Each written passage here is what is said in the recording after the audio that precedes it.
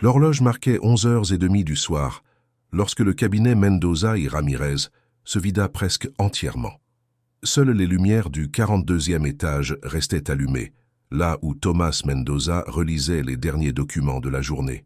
Sur son bureau s'empilaient des dossiers contenant des contrats internationaux, tandis que sur l'écran de son ordinateur clignotait un courriel non ouvert. Il l'ignora pour l'instant. Dehors, la ville de Mexico continuait de vivre, les voitures scintillant sous la pluie qui tombait depuis des heures. Dans le couloir, les pas légers de Luz Martinez résonnaient avec un écho. Elle poussait son chariot de nettoyage comme chaque nuit, la tête haute et les vieux écouteurs qu'elle utilisait pour écouter des cours enregistrés de droit du travail. Elle avait appris à travailler et à étudier en même temps. Cette nuit-là, cependant, quelque chose pesait différemment. L'entreprise se préparait à signer un contrat de plusieurs millions avec un fonds étranger accusé d'exploiter des travailleurs dans les maquilas du Nord. Luz avait entendu des fragments de cette négociation en nettoyant. Elle savait que cet accord n'était pas seulement discutable, mais aussi dangereux. Elle garda le silence, comme toujours, mais à l'intérieur d'elle-même, quelque chose se remuait. Pendant qu'elle nettoyait les vitres du couloir principal, elle entendit des rires provenant de la salle de réunion. C'étaient les associés qui célébraient la signature imminente. Parmi eux, Thomas Mendoza, impeccable, un verre de vin à la main. En la voyant, il s'arrêta un instant. « Toujours là, Martinez ?» demanda-t-il sans abandonner son ton distant. « Je termine dans quelques minutes, monsieur, » répondit-elle sans le regarder. Il hocha la tête, mais avant de rentrer dans la salle, il ajouta « Assurez-vous que tout soit brillant. Demain, nous aurons des journalistes ici. » Luz avala sa salive. « Brillant, pensa-t-elle. Brillant comme les mensonges légaux qui cachaient l'exploitation de centaines de familles. » Quand il disparut derrière la porte, elle appuya son front contre la vitre et murmura « Un jour, je ne nettoierai pas seulement vos sols, je nettoierai aussi votre conscience. » Des heures plus tard, lorsque le bâtiment fut vide, elle s'assit sur un banc du couloir et sortit son vieil ordinateur portable. Elle avait copié un fragment du brouillon du contrat qu'elle avait trouvé parmi les papiers jetés. Elle le lut avec attention, avec la curiosité de celle qui cherche la vérité. Et elle la trouva. Une clause ambiguë, presque invisible, libérait le fonds d'investissement de toute responsabilité concernant les conditions de travail de ses fournisseurs.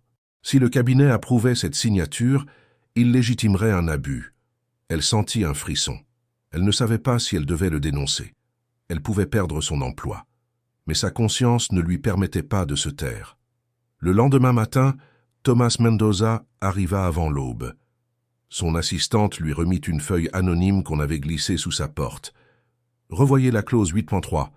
Ce n'est pas éthique, ce n'est pas légal. » Il fronça les sourcils, irrité.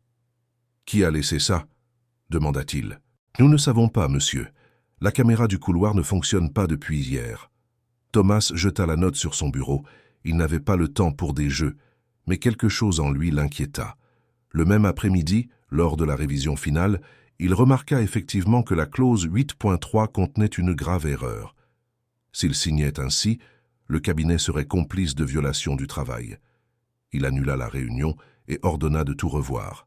Les associés protestèrent, mais il ne céda pas. Cette nuit-là, en pensant à qui avait pu découvrir ce détail, son esprit revint à la seule personne qui semblait toujours être là sans que personne ne la remarque, la femme qui nettoyait son bureau.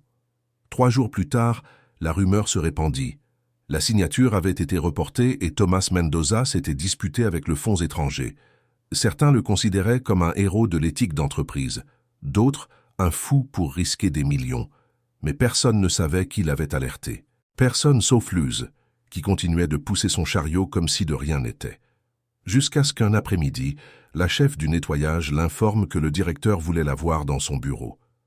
Luz sentit son cœur s'accélérer. Elle entra d'un pas prudent. Thomas était assis, les bras croisés.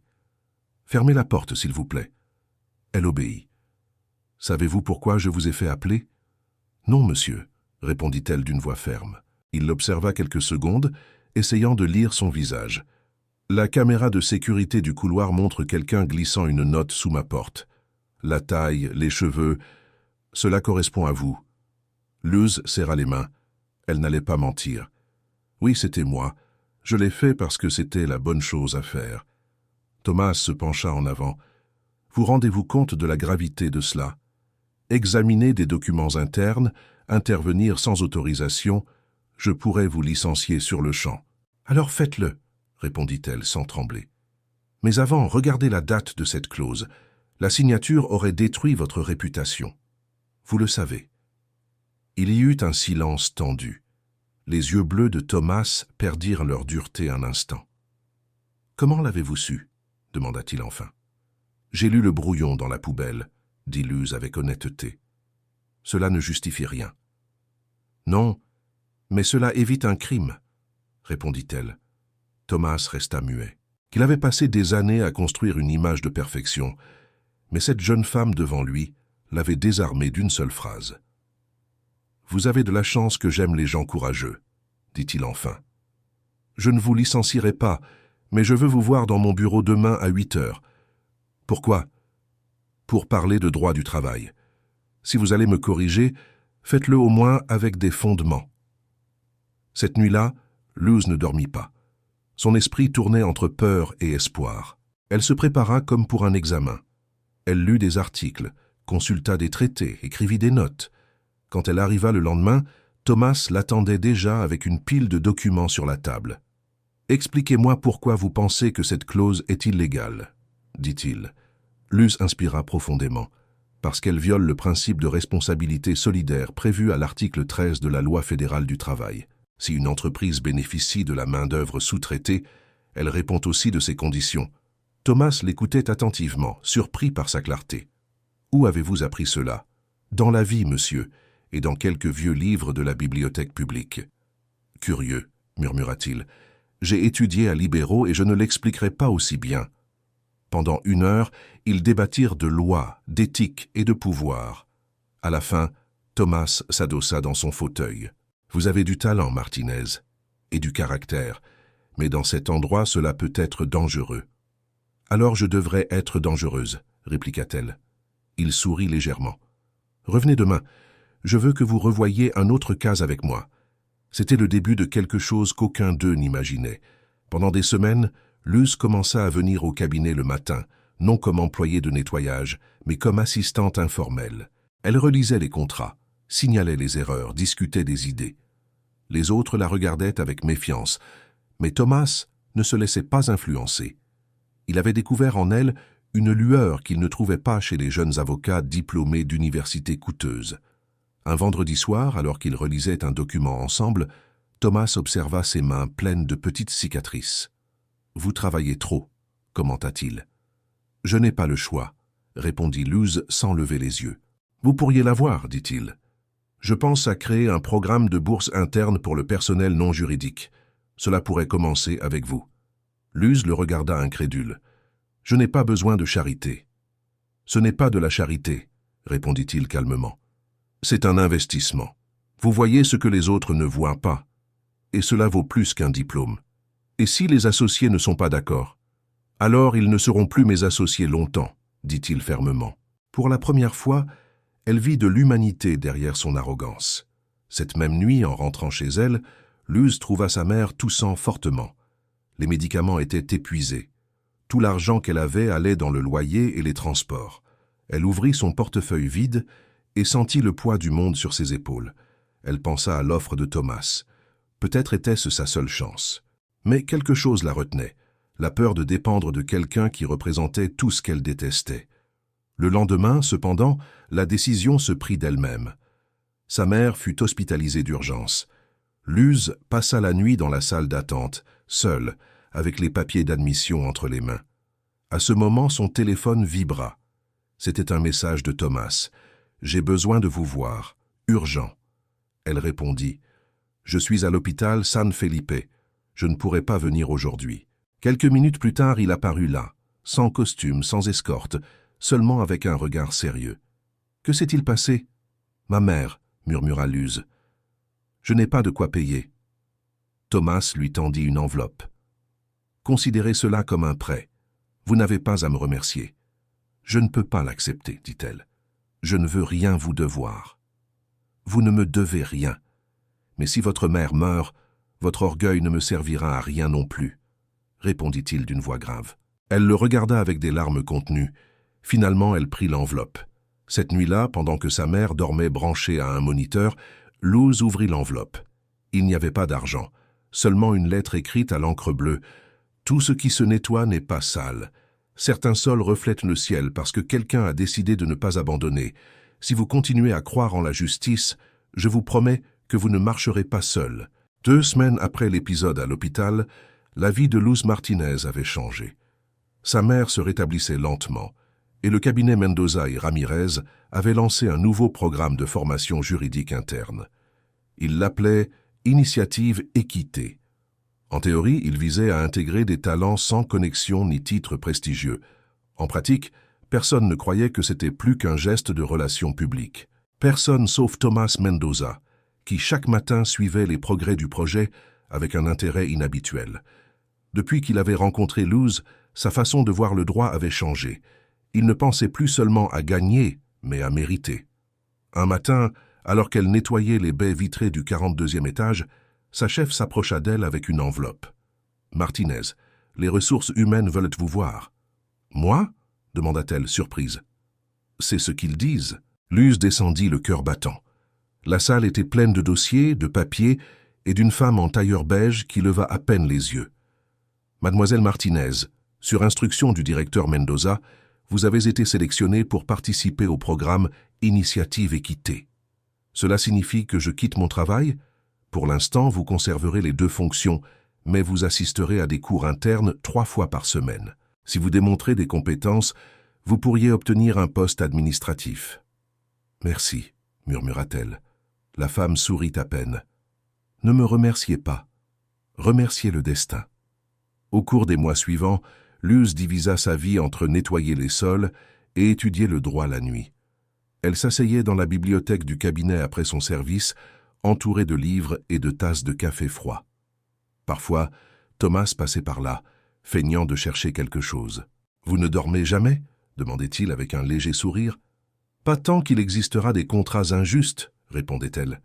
Il riait et laissait sur la table un livre de jurisprudence récente. C'était sa façon d'aider sans l'admettre. Avec le temps, le respect mutuel se transforma en complicité. Ils discutaient de cas, partageaient des anecdotes, se permettaient même des silences confortables. Mais le monde extérieur ne pardonnait pas. Un après-midi, lors d'une réunion des associés, le licencié Grimaldo éleva la voix. « Mendoza, cela devient hors de contrôle. La presse parle plus de ta prodige du nettoyage que du cabinet. Que crois-tu que nous soyons, une école publique ?»« Nous sommes un cabinet avec des principes, » répondit Tomás, « et je ne m'excuserai pas de reconnaître le talent. » Sofia del Valle, son ancienne compagne et associée principale, l'observait avec un demi-sourire. « Le talent ne se mesure pas avec des balais, Tomás. Le talent se mesure en résultats, et elle a déjà corrigé 3 contrats que tu as mal approuvés, » répliqua-t-il. Le silence tomba comme une sentence. Cette nuit-là, Sofia décida de se venger. Quelques jours plus tard, alors que Luz terminait son service, on l'intercepta dans le couloir. « Bel avancement, Martinez, » dit Sofia d'une voix venimeuse. « Je n'ai pas avancé, » répondit Luz. « Je n'apprends que. »« Bien sûr, en apprenant du patron. Quelle inspiration! Tu devrais écrire un livre. » Luz baissa les yeux, évitant de tomber dans les provocations. Mais Sofia se rapprocha. « Un conseil, quand on monte trop vite, la chute fait plus mal. »« Merci, licenciada, » dit-elle avec sérénité. « Mais je sais déjà ce que c'est de tomber. » La rumeur se répandit dans tout le bâtiment, l'employé du directeur. Certains la regardaient avec mépris, d'autres avec envie. Luz résista en silence. Mais un matin, en arrivant, elle découvrit que son casier était couvert de notes anonymes, grimpeuses, favorites, hypocrites. Tomás le remarqua sur son visage quand elle entra dans son bureau. « Qui a fait ça ?» demanda-t-il. « Peu importe, » répondit-elle. « Je suis habitué à nettoyer les ordures des autres. » Il serra les poings. Le même après-midi, il ordonna une réunion avec tous les employés. Devant toute l'équipe, il déclara « Toute personne qui croit que l'excellence dépend du nom de famille est au mauvais endroit. Et si vous ne supportez pas de voir quelqu'un gagner sa place par l'effort, vous pouvez partir. » Personne ne bougea. Luz, au fond, sentit une boule dans la gorge. Pour la première fois, quelqu'un la défendait sans lui demander la permission. Mais la paix dura peu. Sofia et Grimaldo conspirèrent pour saboter le nouveau programme. Ils manipulèrent des rapports, filtrèrent des données, et bientôt la presse publia un titre explosif. Mendoza y Ramirez sous enquête pour favoritisme envers du personnel interne sans formation juridique. Le scandale éclata. Les associés exigèrent des explications. Thomas fut convoqué à une audience interne. Quand il arriva, tous l'attendaient avec des visages tendus. « C'est un piège, dit-il. »« Peut-être, » répondit Grimaldo, « mais la réputation du cabinet est en jeu. Si tu ne suspends pas le programme, nous te rendrons responsable. » Thomas regarda le document sur la table. C'était une lettre de suspension définitive. Il inspira profondément. « Je ne la signerai pas. Si je dois choisir entre ma réputation et ma conscience, je choisis la conscience. »« Alors tu es dehors ?» dit Sofia. Cette même nuit, Thomas fit ses cartons. Luz le trouva dans son bureau, assis parmi les boîtes. « Que s'est-il passé ?» demanda-t-elle alarmée. « J'ai perdu mon poste, » répondit-il sereinement. « À cause de moi, à cause de ma décision, » l'interrompit-il. « Je ne le regrette pas. »« Que vas-tu faire ?»« Recommencer, mais pas sans toi. »« Comment ?»« Je vais ouvrir un nouveau cabinet, sans hiérarchie absurde, un endroit où le droit serve à défendre, pas à humilier. Je veux que tu viennes avec moi. » Luz hésita quelques secondes, mais sa réponse fut ferme. « J'y vais. » Dans les semaines qui suivirent, tous deux travaillèrent sans relâche. Ils louèrent un petit bureau dans un vieux bâtiment de la Colonia Roma. Murs nus, meubles donnés, mais un objectif clair. Ils l'appelèrent « Lex Humanum ». Au début, personne ne les prenait au sérieux. Mais le premier cas qu'ils prirent changea tout. La défense d'un groupe de couturières licenciées sans indemnité. Luz rédigea la plainte. Thomas les représenta en audience. Quand le juge trancha en leur faveur, le nom « Lex Humanum » apparut dans les journaux. L'ex-directeur millionnaire qui a renoncé au pouvoir pour lutter pour les travailleurs. Au fond, Thomas savait que la véritable protagoniste était elle. À chaque cas gagné, le respect grandissait. Mais les pressions aussi. Les grandes entreprises, qui étaient autrefois clientes du cabinet, commencèrent à les boycotter. Certains investisseurs retirèrent leur soutien. Pourtant, ils ne cédèrent pas. Une nuit, alors qu'il relisait des dossiers, Thomas s'arrêta. « Avez-vous déjà pensé que nous serions ici ?»« Jamais, » dit Luz. « Mais je ne changerai rien. » Il la regarda avec un mélange de gratitude et de quelque chose de plus profond. « Vous m'avez rendu quelque chose que je croyais perdu. » « Quoi ?»« La foi. La foi en la justice ou en les gens ? Les deux. » Les mois passèrent. Lex Humanum gagna en reconnaissance. Luz fut invité à donner des conférences sur l'éthique du travail et Thomas refusa les invitations des anciens associés pour revenir. Mais le destin capricieux avait une autre épreuve en réserve. Un incendie détruisit une partie du bâtiment. Les dossiers furent perdus, les équipements inutilisables. Tout leur travail semblait effacé. Cette nuit-là, debout devant les ruines, Luz pleura pour la première fois depuis des années. « Nous avons tout perdu, » dit-elle entre ses sanglots. Thomas la serra fermement. « Pas tout. Tant que nous aurons ce qui nous a amenés ici, nous pourrons reconstruire. » Elle le regarda, les yeux brillants entre les larmes. « Et qu'est-ce qui nous a amenés ici ? La vérité. Et la vérité ne brûle pas. » Avec l'aide d'anciens clients reconnaissants, ils reconstruisirent le cabinet. Cette fois plus grand, plus humain, avec une bibliothèque ouverte aux étudiants sans ressources. Luz organisa un programme de tutorat et de bourse, tandis que Thomas s'occupait de trouver du financement. 3 ans plus tard, Lex Humanum était une référence en droit du travail. Lors d'une cérémonie publique, le Congrès leur remit une distinction pour leur contribution à la justice sociale. Quand le modérateur prononça le nom de Luz Martinez, elle monta sur scène le cœur battant. « Je n'aurais jamais imaginé être ici, » dit-elle au micro. « Tout a commencé avec un ballet et un livre en français.